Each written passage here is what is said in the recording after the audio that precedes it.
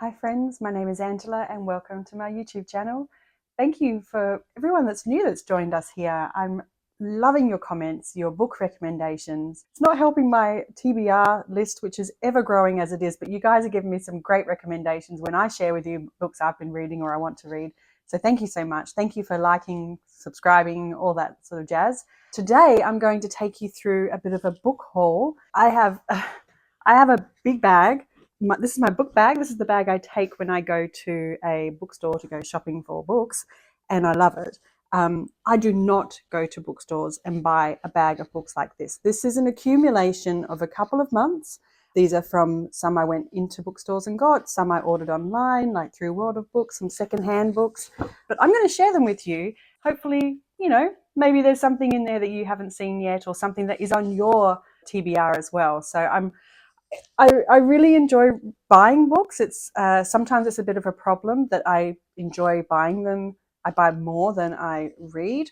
I do love having a selection of new books ready to go on my shelf. There is nothing more heartwarming than going to a bookstore, buying some books and putting it on the shelf. It's just, for me, it's such a symbol of hope.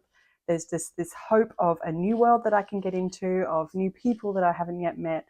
And it sounds super corny, but it is so true. I love that aspect of reading. I do like to just buy books as I go along. I tend not to buy them in bulk because I am a mood reader and a seasonal reader. And so I like to be able to just pick up that book that I've always been thinking of, or maybe it's a rainy day. And so now's the time to read that book that is set in that kind of environment or that atmosphere. So I'm going to share with you these books. There's a lot of them. There's some classics. There are some historical fictions. There is fantasy, which is a new one for me. I also have some non-fictions in here. And there's also some short stories, some essays. So I hope you like this. So let's get into it because this is chock-a-block full of books. Okay, so the first book is The Talented Mr Ripley by Patricia Highsmith. I love the movie. The movie is just the cast, the location, the story. It is just one of my favorites of all time. I've never read the book. I haven't actually read a Patricia Highsmith novel before, but I recently watched Saltburn, and Saltburn is its own cluster of whatever, but there were so many elements that reminded me of The Talented Mr Ripley, and later on I read that that was something that inspired Emerald Fennell in the story that she created, was The Talented Mr Ripley. It has that con man element and, like the lifestyles of the rich and famous and fabulous locations. And anyway, the book, I'm sure, has a lot more than what the movie had. If you're not familiar with the story, The Talented Mr Ripley, Tom Ripley is a con man, and he's given the opportunity to go to Europe, and he escapes his creditors and people that are, after him for his wrongdoings. While he's there, he ends up living this lifestyle that he loves, and he ultimately ends up making some pretty rash decisions and killing for, to keep that lifestyle. I'm looking forward to reading this one. I didn't realize it was written in the 50s. I thought it was something maybe in the 90s, but yeah, that's just how little I knew about it. But it's crime, it's thriller, it's suspense, and I think this is probably going to be a late summer read for me because, especially if we're going to Europe, why not? There is also a new series coming out called Ripley, which I believe is following on from where this book finishes.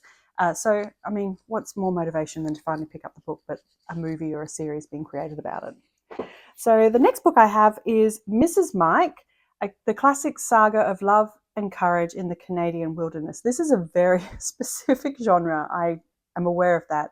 I don't know where I got this recommendation from. It was some YouTuber. I must have watched it or I saw it pop up somewhere. And I was like, I want to get hold of it. So a couple of years later, I finally did. Through World of Books, I got hold of a copy. And it was written in, I want to say again, in the 50s, 1947. And it was written by Benedict and Nancy Friedman, who I presume are a husband and wife writing team. I just love these kind of stories, like When Calls the Heart. I read a book last year called Tisha, which is kind of similar. It's set in Alaska. These stories of women being put in these unforgiving landscapes and pushing on and persevering, I really do appreciate those stories. So this one is about a young girl who is 16. Her name is Catherine Mary O'Flannan. She falls in love with Mike Flanagan, who is a Canadian Mountie, so that's where I'm getting the When Calls the Heart kind of vibe. And they end up, they leave, they're living in the Canadian wilderness as he does his job. So I'm really looking forward to reading that one. Again, I think it's going to be a winter read because look at the cover, you know. It's pretty obscure. It's the most obscure book on this list that you may not have heard of, but I would love to know if you have and if you have read it. So the next book I got from World of Books was The Sisters Brothers by Patrick DeWitt. I tend to buy books off World of Books if they're older, harder to find, like Mrs. Mike. I doubt that is in print anymore. To date, I've had pretty good luck with the books I've got, but this batch were bad. You know, these were all supposed to be very good condition. They weren't the cheapest of the bunch. They weren't great condition. This wasn't even the cover that I selected when I ordered the book. So I don't know if I'm going to order from them again. I might just have to find other ways. But anyway, The Sisters Brothers is a Western, which is new for me. It is also, I think, a bit of a, I think it's described as a dark comedy, but I'm thinking it's a comedy in the way The Bear is a comedy. It's not a comedy. It's just they're trying to find a box for it to go into. It's a Western. It's about two brothers who are hired killers. And they are on their way to kill this man. I think they travel from Oregon to California. On the way, one of the brothers is having a crisis of identity, and he's trying to figure out why is he doing what he's doing? Why is he a killer, and who is he doing it for? Whereas his brother he's living his best life. So I'm looking forward to reading this one. It has been made into a movie. I have not watched the movie. My husband did, and he said to me that he loved the movie. He may even pick this up after.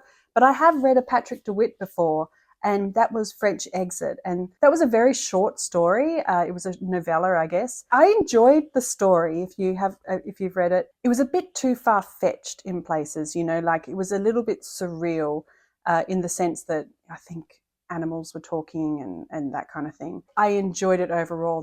I see where the humor is coming from, and if he writes in a similar way with this one, I get it.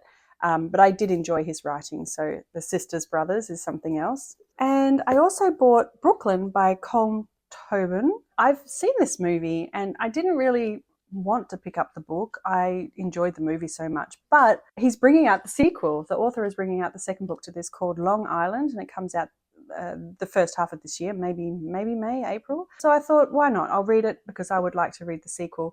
In terms of historical fiction, I do feel that the 50s is really an era and a time that I really do love.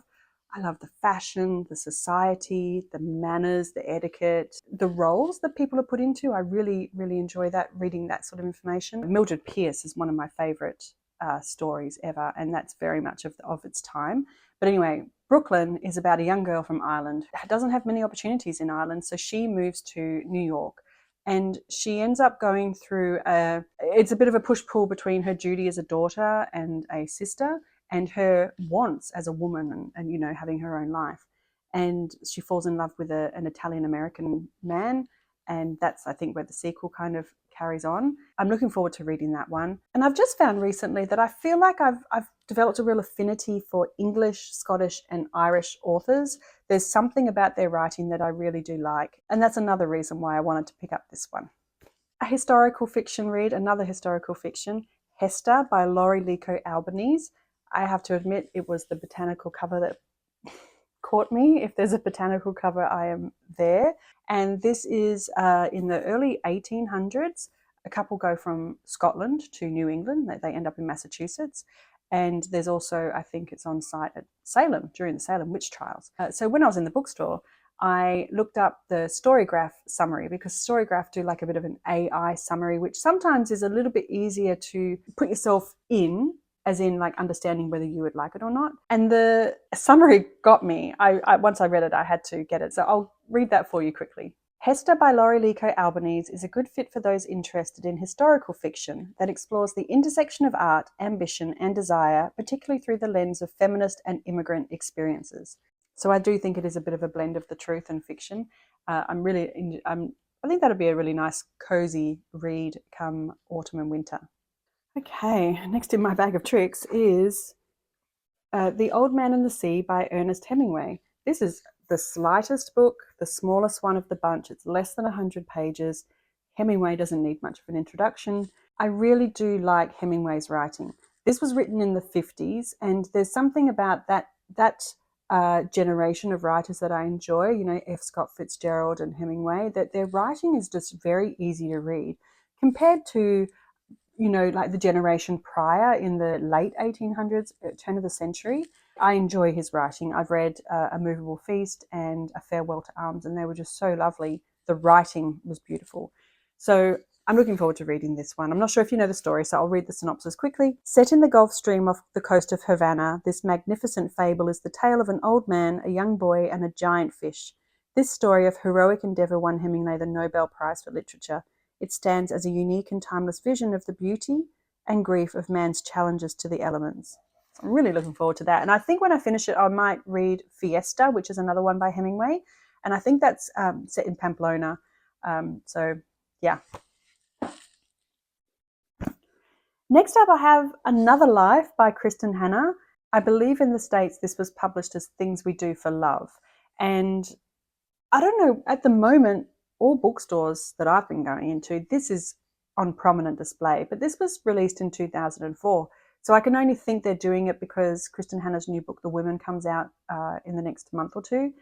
And so I figure they must just be drumming up, you know, just getting it out there. But so this was from 2004. This is the third Kristen Hanna book that I will read. And I love her writing, especially the locations. She has such a talent for researching a location so well that you can't help but feel that you are there. This one is set in the Pacific Northwest, I believe, of the United States.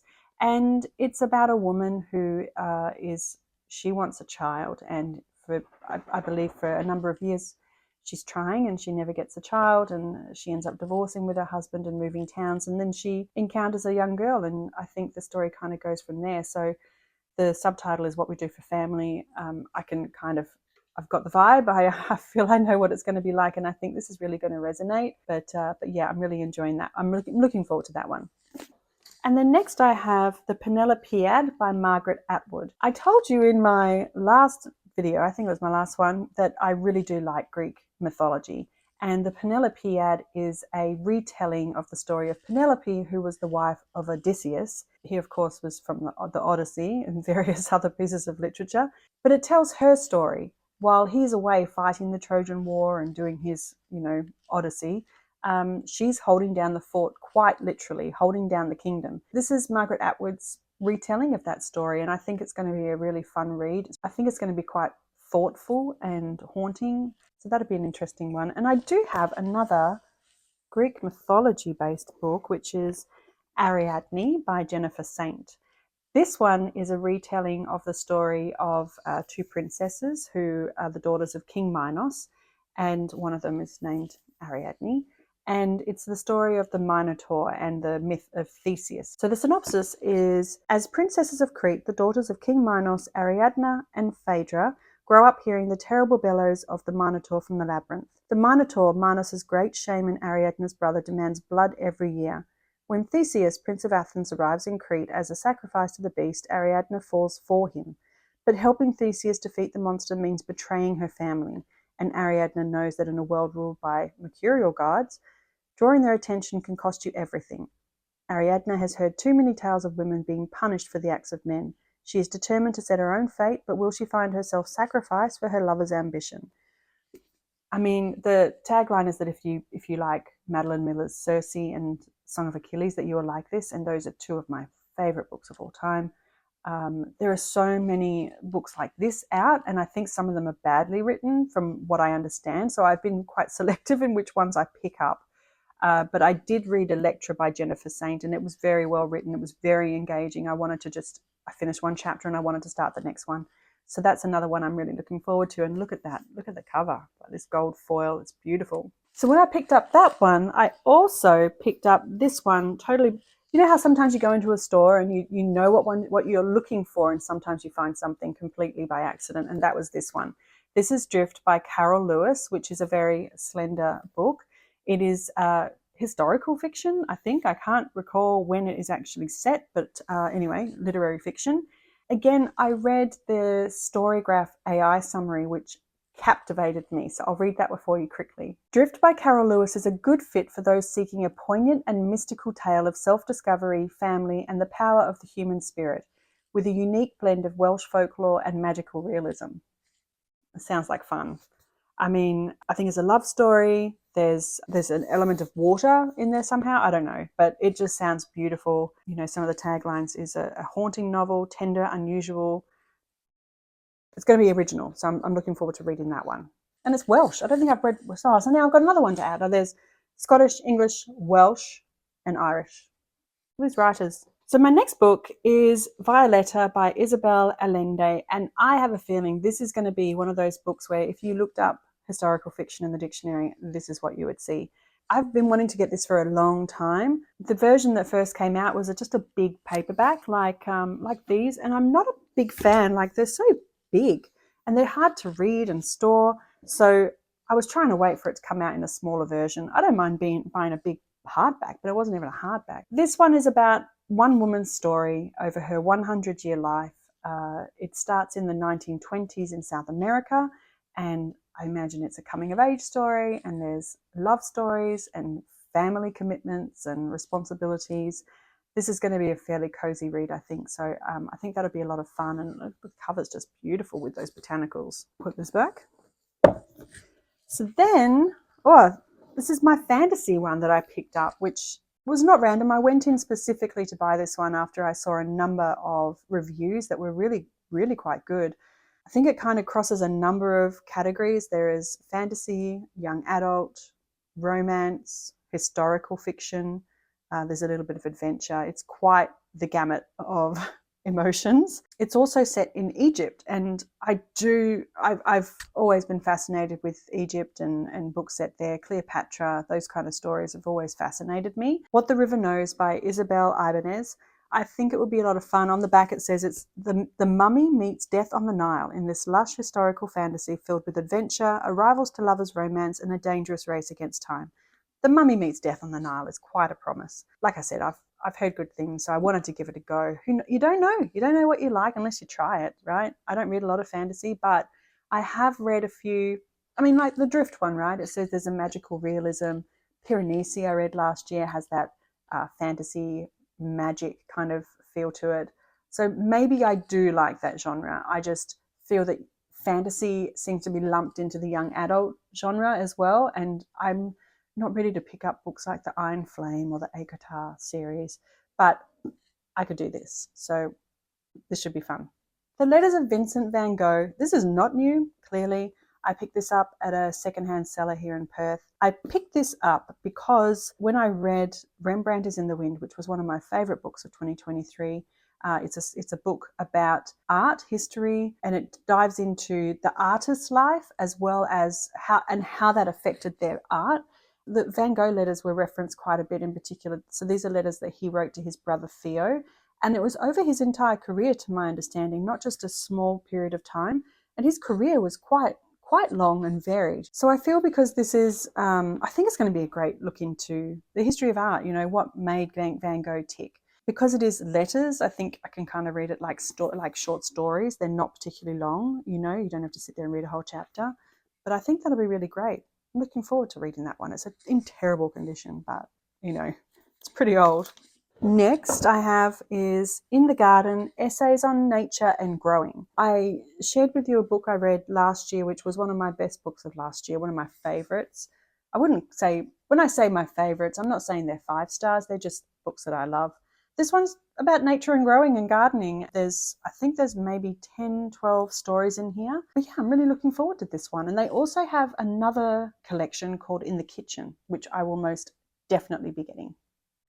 So then that brings us to my last book, which is When Breath Becomes Air, What Makes Life Worth Living in the Face of Death by Paul Kalanithi. And I think this is going to wreck me. I think it's going to be a really hard read, but sometimes it's important to read those hard reads. This story is about a doctor who has gone through, he's done his hard work in medical school, and then he's become a neurosurgeon, a specialist in his field, and then he's diagnosed with an inoperable cancer.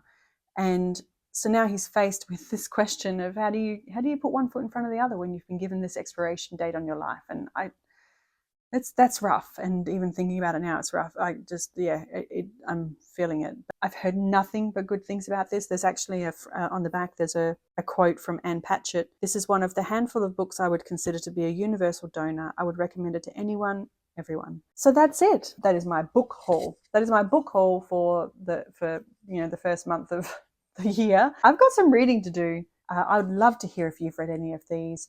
Maybe there's something that you haven't heard and it's piqued your interest as well. But I do have one question for you, and that is, are you interested in knowing what I'm currently reading, or do you just want to see it as a wrap up at the end of the month? I don't want to be repetitive. Let me know what you think in the comments below. And thank you so much for joining me again and letting me just talk and ramble about books.